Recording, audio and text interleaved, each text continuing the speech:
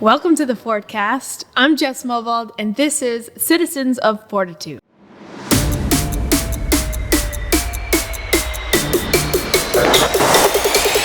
Drop. Nice. Jess, I did it. Hi. we have a guest. Wow, first guest. Somebody's here. I'm honored. On a scale of 1 to 10, how much of an honor is this? An 11. Nice, that's the right answer. Although I did threaten you guys that if you had someone else before me, I would be very upset. Yeah, and we are mildly terrified of you, so this worked out well. Yeah, here we are. So for those that don't know, my wife, head coach at the Fort, Jess Movold, one of our very first members, online running coach for Runner's World, runner of many things, lifter of many things, the strongest woman I know, maybe the strongest person I know, Oh, wow. Jess Movold. Yeah. Yeah. Hi. Happy Hi. to be here. And Jess, you were one of the very first members of our gym, Yes. and your membership turned into being a coach. And then over time, you became our head coach and helped us develop programs and vibe and execute our plan in the gym. And next, you're going to be the head online coach. Yeah. And you're going to build a whole online platform for the Fort. Let's go. And lead people around the country in training programs outside of the gym. Yeah, I think I was made for that. I think you were too. We're really excited about that as well. So for people that don't know your story, Well, I've heard it before. You've heard it before. Yeah, I never get tired of it, though. I just love the kind of the storybook progression of when you kind of first walked through our doors, and even when you first came to New York City and how you kind of got involved with running and then training with us and then all that other cool stuff. So that would be fun to hear. Yeah. So for people that don't know, how did you find the gym? How did you get embedded with us? so there is a Jess pre-February 13th, 2016, and there's Jess post-February 13th, 2016. And I will never forget that day. I remember every single detail of February 13th, 2016 that started specifically at 9:30 in the morning. And to back up a little bit, I was in the fashion world. I moved to New York for the fashion world. I had an internship with Tommy Hilfiger in 2008, and that landed me a job officially here in 2009. I was waitressing at Fridays, got an offer, packed up one suitcase, swore I would be back after a 2-month freelance opportunity would end, and I never went back. I never left New York. So one door opened to another, and I found myself in very successful positions in the fashion industry. But starting in 2015, I found myself very unhappy. Personally, professionally, I didn't like my life. I didn't really like where I was spending all my time, and I just accepted it. I just thought that, well, people have jobs and they don't really like them, and this is what life is. And then I started realizing that I could change that. I could play an active role in figuring out what would actually make me happy. And so I started pursuing more fitness. I've always considered myself a runner, but I had such an extreme job, very similar to Devil Wears Prada, that anything that I liked personally went out the window, and that included running. So I thought the first thing that I could do was get back to running, connect back to something that I know brought me joy. And it's true, everyone feels better after a workout, but that's not why I started running again. I just was so lost in unhappiness that I was like, okay, well, maybe just going out for a run will make me feel better.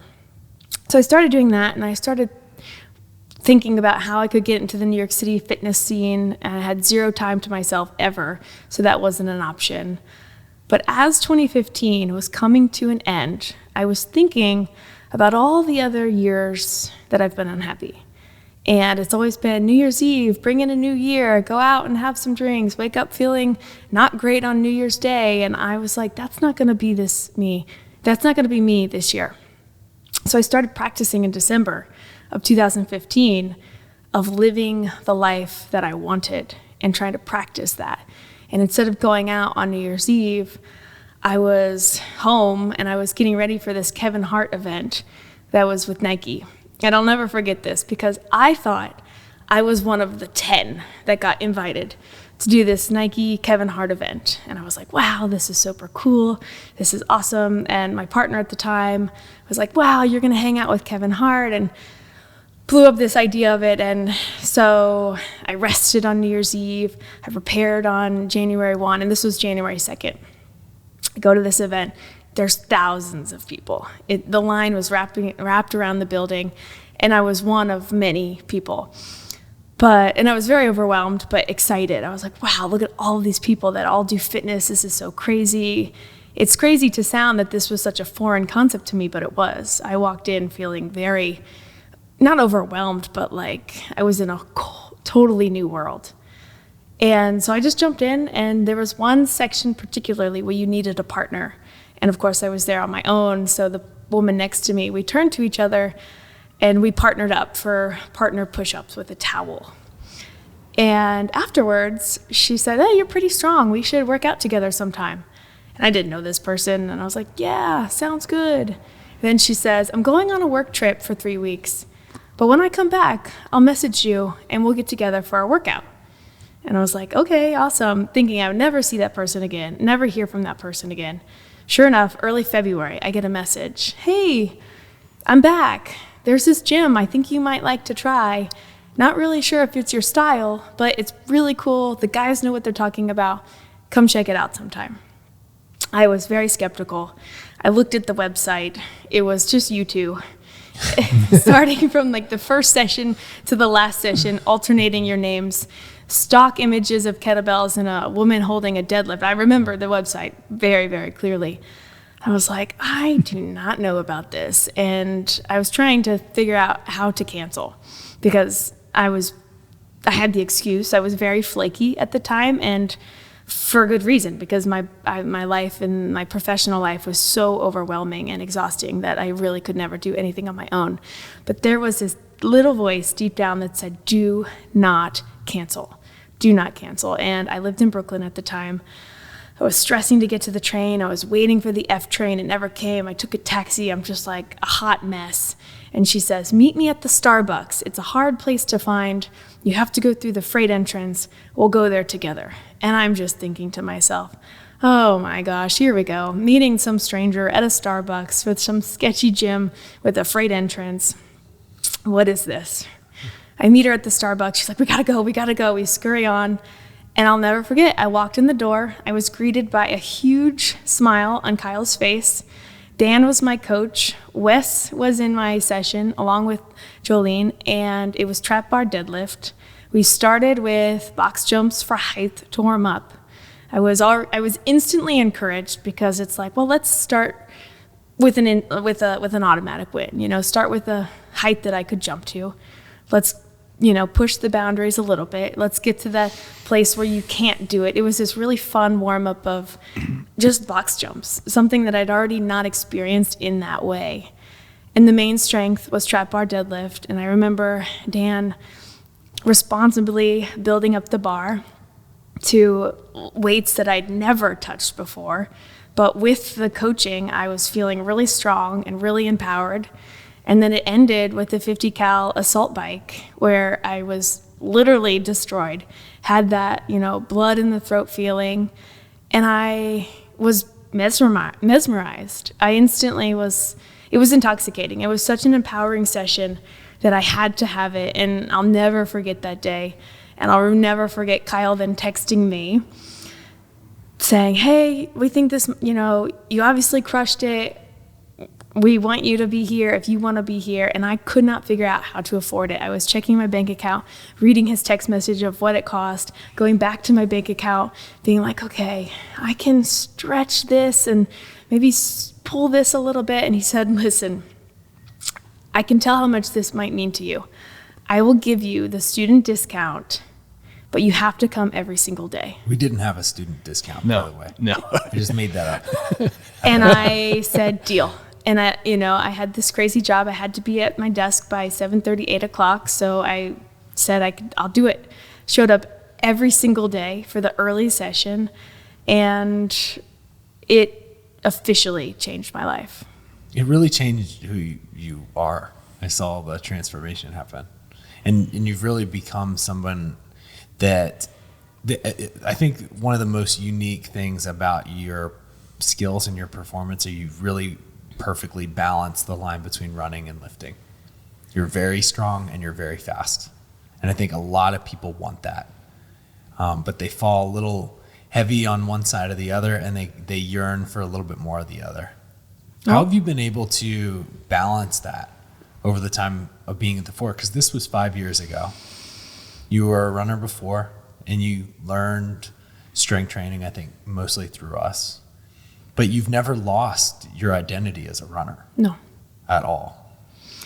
Well, I enjoy both of them, and I understand seasons. And because of the Fort, I gained a solid understanding of strength training and periodization and how to build up weights and how to introduce volume and then how to add that to performance. And then when it comes to the specific goal at hand, you start to prioritize that a little bit. And Dan and I talk about the back squat to Boston days. I joined the Fort, we'll say February 13th, 2016. And that year, November, the New York City Marathon, I went from a 3:36 current PR to a 3:16. Wow. So 20 minutes off, right? Yeah, 20 minutes About off. 20 minutes. Yeah. Nothing changed except everything. I did not really, I didn't do anything different in my running other than introducing and consistently strength training from February at least 3 to 4 times a week, if not more, to November. I never really dialed it back. Of course, you have to juggle your long runs and your quality sessions with your strength training, but that just takes a little bit of planning and knowledge. But most importantly, you have to build up that strength, and that is what I learned. That's how I back squatted to Boston.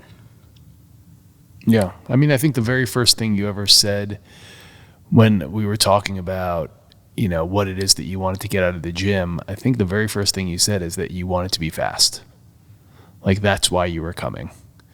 So even, I think, really in the early days, even before you kind of maybe even had a huger understanding of what training could do for you and how it all works, like, I think you intuitively just saw that, like, training and getting stronger would equal speed.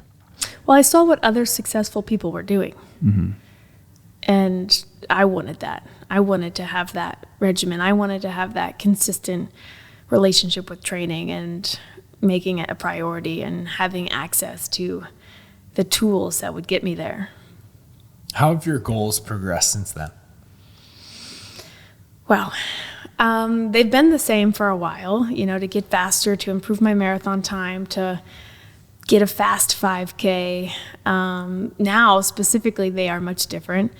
And it's taken a lot of learning. I think when I first joined the Fort, it's newbie gains. Everything was getting better. Everything was increasing. Everything was getting faster, stronger. My back squat, all of my lifts, because I had no benchmarks before that. Then you hit a wall, which I think comes with an opportunity to learn, an opportunity to step back, reflect, recognize that it's not always going to be an upward trajectory. And then for a while, it was to maintain. I was happy with the strength that I was developing. I was happy with my running and the relationship balance that I had with my strength and my running. And then it was, it's always seasons for me. Then it was back to improving my marathon. And through that came a lot of obstacles of, I went from 3:36 to 3:16, but getting from 3:16 to 3:13 was incredibly more difficult than that 3:36 to 3:16. And that's where I am now. It's coming with kind of figuring out how to fine tune the tweaks in the training, and then also what do I really want? And even though there's not a time PR on the horizon, am I still happy with the training and the performance that I put in and get out every day? And that answer is yes. So in terms of my goals now, I don't have any time goals, and that feels refreshing and empowering, just as it does when I have that like breaking 310 goal. What kind of season are you in now? Well, a lot has happened since 2016 to now. So after getting inspired by the Fort, and I will say I changed my career. I'll circle back to the person who looked at other people's lives and wanted that and just thought, man, that person figured it out. That person has a life that they want. I realized that it takes action, and through the strength that I developed at the Fort specifically, I developed personal strength to go after the things that I wanted.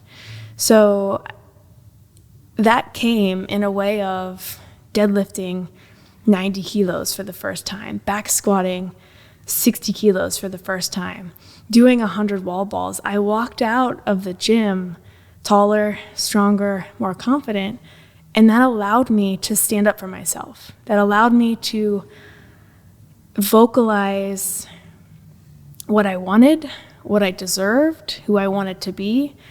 And the person that I was in the gym, I really liked.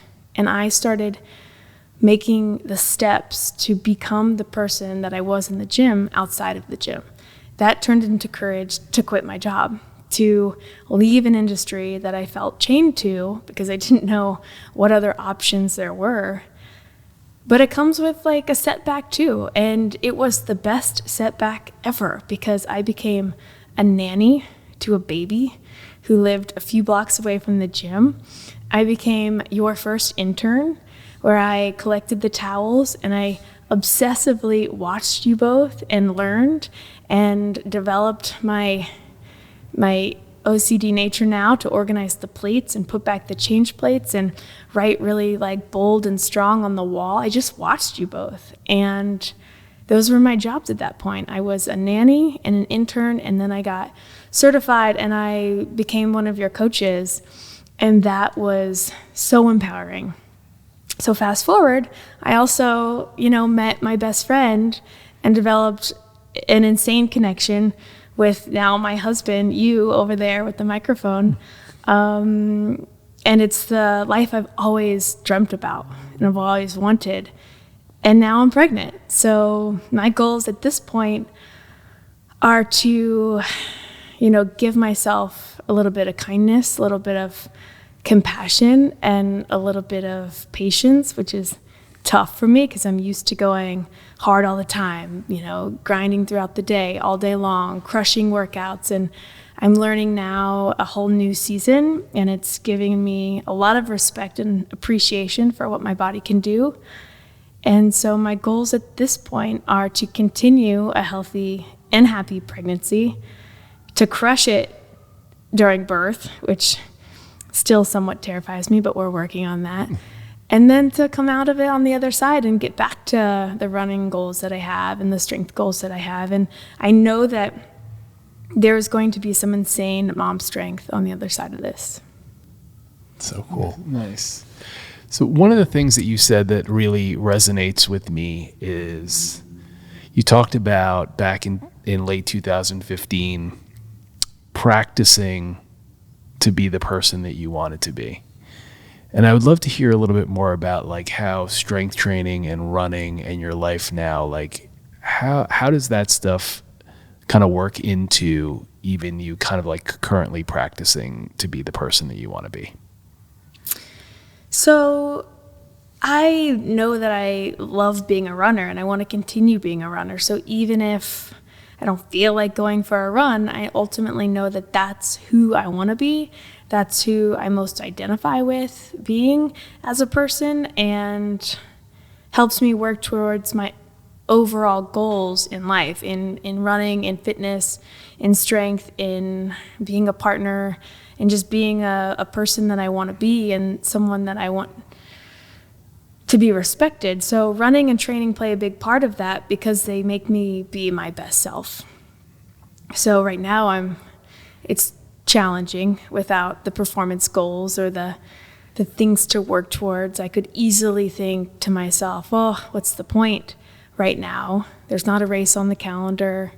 There's really no reason to improve, but I know that I am back to the person, my best self, when I do those things. So I'm always thinking about that when it comes to strength training and running. And strength training now, a huge motivator for me is being healthy and a person that is capable when it comes to running a family. So that's a huge motivator for me right now. And those things, while back then in 2015, they were helping me achieve or reach a life I never dreamt of or couldn't imagine having for myself. Right now, they're tools to help me still be this person and even improve more and more as to who I want to be. Yeah. And you're still competing. You've run a marathon, half marathon, and then just this past weekend, the Hyrox competition. Yeah. So you haven't really slowed down. That's Your true. training hasn't really changed. That's true. And I watched another mother, that was 15 weeks, come up to you with all kinds of admiration. And I think people look up to you. Women look up to you. Moms look up to you. Everybody. I mean, guys look up to you. And I think it's that you're not losing the behaviors that have brought you to this point. You're not changing the person that you wanted to be, like you referenced before, as you go into this new stage. Right. Well, thank you for that. And it's my identity. You know, I would feel very lost if I didn't have the connection to running and fitness and the fort like I do. And so it's my ultimate goal to make that part of my every single day. And so Saturday, while Hyrox is a big event and a lot of people do train around the year for that specific event, Saturday for me was just another day doing what I love with people that I love. We had such a strong team turnout. So many Fort people were there, and all of our coaches were there, and we crushed it. I had zero nerves going into it because it's something that we do every single day. Yeah, we showed up 10 minutes before our race started. We waited. 7 of those minutes were in the registration 7 line. minutes in a registration line. 2 minutes to go pee. As soon as we walked out, took a sip of water, threw our bag and bag check. It was and 3, 2, 1. 3, 2, 1. There you go. No time to get nervous. No time to get. We just went right into it. Yeah, that's And good. then an hour and 9 minutes later, we were done. And then cheesecake. Yeah, and then Yeah. Cheesecake Factory. And we got 4th Yeah, out of the yeah, we did 4th. I didn't even know that. 4th, maybe 4th in our age group, Cool. 7th overall. All right, not or bad. 4th, either way, number 4, number 7. Top we had a 10 great time. finishes. Yeah, top 10. We had a great time. We crushed it. And for Yeah. those who don't know what Hyrox is, it's a standardized competition format where you run a 1K and then you do a ski, run a 1K, do a sled push, run a 1K, do a sled rope pull, 1K, and you follow through. You have 8 different events and ends with 100 wall balls, and then you finish. It takes an hour to 2 hours depending to get done. People do it in teams or they do it solo. We did it as a team this year, and it was our first time participating. And I'm beat up. My legs are very sore. Yeah. I'm moving a lot under the table here. No, You can't see me. you but don't my talk legs about are- your feelings. It's true. You're right. Never You mind. can't start now. Edit that out. Okay. So yeah, but honestly, it's because we do this every day, and we're not special. You know, anybody can do this every day, but what we have as a community is the special part. And seeing that in such strong degrees on Saturday was extremely fulfilling. To see everybody, Will crush it, Cody crush it, Diana working as a team, to see everybody. And it's because we do this. This is who we are. I was going to ask what you thought was different about us or our team compared to other teams. I noticed, the main thing I noticed with our team was composure. Everyone was excited. Everyone was cheering and, shouting and excited for our teammates. But when competing, everyone was very relaxed, very well composed. There wasn't stress. There wasn't panic. There wasn't all the things that could happen when you see people in a competition and it might be going differently than they'd planned, or someone cut them off and now they're up in arms about it. We all were just really well composed athletes. That's what I noticed. I think you're right. I saw a bunch of people that were very used to that state of competing and working really hard, being with each other, celebrating their fitness, getting after it. It was very cool to watch. Yeah, Saturday was just a celebration of what we do and who we are. That part's cool. So what would you say to someone who's in the shoes that you might have been in 5 years ago? They're thinking about empowering themselves, changing their lifestyle. What advice would you have for them? Or like what kind of advice would you have for your former self to take on this journey after the fact, retroactively looking back at it? Honestly, it's something you both really stand by, and I've heard a lot from you guys, is investing in yourself. And I know that as much as I wanted to have a different day to day and to really live up to the strength that I ultimately knew I was capable of, it wouldn't have happened on my own. I wouldn't have been able to make those changes, develop strength, have the courage to completely leave an industry with nothing really lined up if I didn't have a solid group of people that were kind of pushing me and keeping me accountable to be a better version of myself than I was at the time. So I know that is the make or break for me. So the first thing I would say is you have to find people that are like who you want to be and share the things you're passionate about and invest in that. In not only your resources in terms of finances, but your time, your energy. And that is how I was then able to really get the ball moving. And that's how and I didn't want to sound like I met you guys and was like, oh, wow, good. I'm good now. Thanks. I'm going to kind of carry on the torch by myself. I wanted to buy in more. I wanted to lean in more. And that just kept the ball rolling and getting bigger and the momentum getting stronger and ultimately what led to the changes that I was able to make.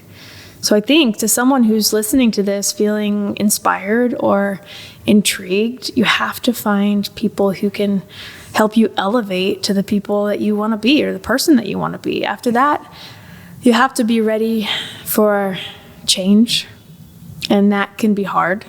It's not comfortable, but it's the best place to be, because when you get uncomfortable and the things that you want to shake ultimately start shaking, that's how you know that you're kind of pushing in the right direction. So during that time, I was very uncomfortable. My whole life was flipping upside down, but I had one thing to hold on to and to keep me grounded, and that was the fort. Nice. It's amazing.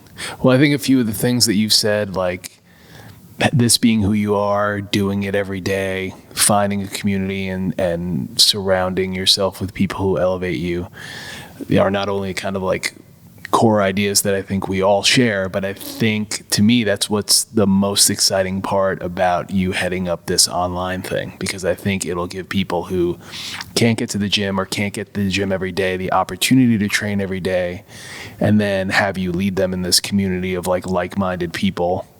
And hopefully, we can allow so many more people to experience this and feel this. And I think, to me, that's like the real kind of exciting part of the whole thing, is just bringing that kind of empowerment and spirit and self-confidence and all the other great things that come with training this way to as many people as possible. So I'm excited to see kind of how this all shakes out. Oh, I'm excited. And, you guys know that during COVID, I did a lot of Instagram workouts, and that brought so much fulfillment for me to not only come up with the workout, to add my perfect spin to it, to then motivate others while I was doing it too. And then the gratification on the other side, and in the bonding agent, even though it's through a screen, like this is going to be remote from, miles apart from each other. The bonding component that comes with shared fitness and a hard session together is so undescribable.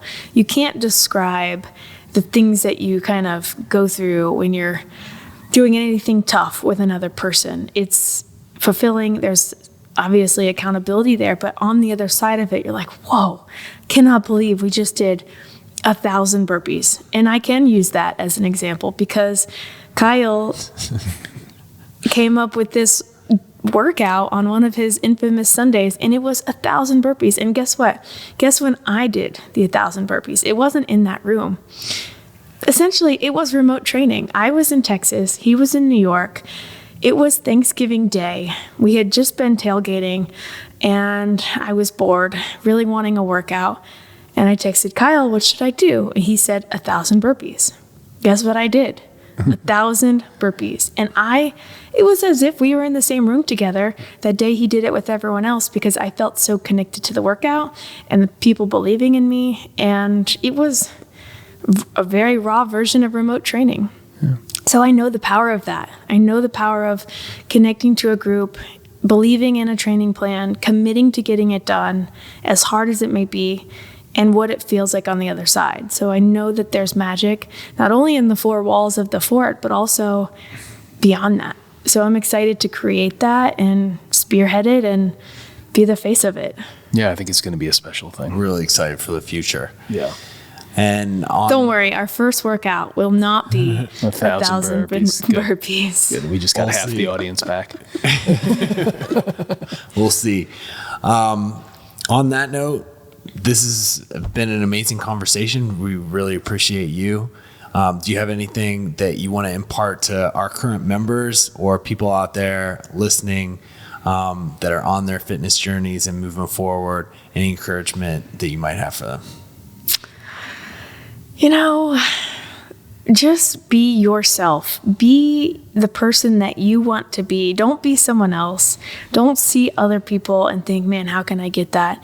Figure out how you can be your best self, and let strength and fitness be a component of that. Let it be something that empowers you and something that makes you stronger. So I watched this video today of this grandma, and she's in the gym and she's deadlifting, and then she's doing farmer's carries with kettlebells, and then she's doing step-ups with dumbbells. And then they showed the same woman doing the same thing, but it was life. She was picking up her groceries just like she picked up the barbell. She was carrying her groceries just like she carried the kettlebell and the farmer's carries. She was walking up her steps with the groceries just like she was doing her step-ups with the dumbbells. And if you're not in a gym, if you're not following a strength training program, you are taking away days of your life that you could be being your best self. So it's not too late to get started. It's not too late to pick up a barbell, to do an air squat, to figure out where you are, and then get to a better version of that. So you got to go. You got to do it. You heard it from her. You got to go. Got to do it. Yep. Get up. Get moving. This is the Fortcast. I'm Kyle Fields. I'm Dan Trink. I'm Jess Movold. And we take this seriously. And we do what works. Till next time, like and subscribe. Thanks, Jess. Thanks, Jess. Let's go. Let's go.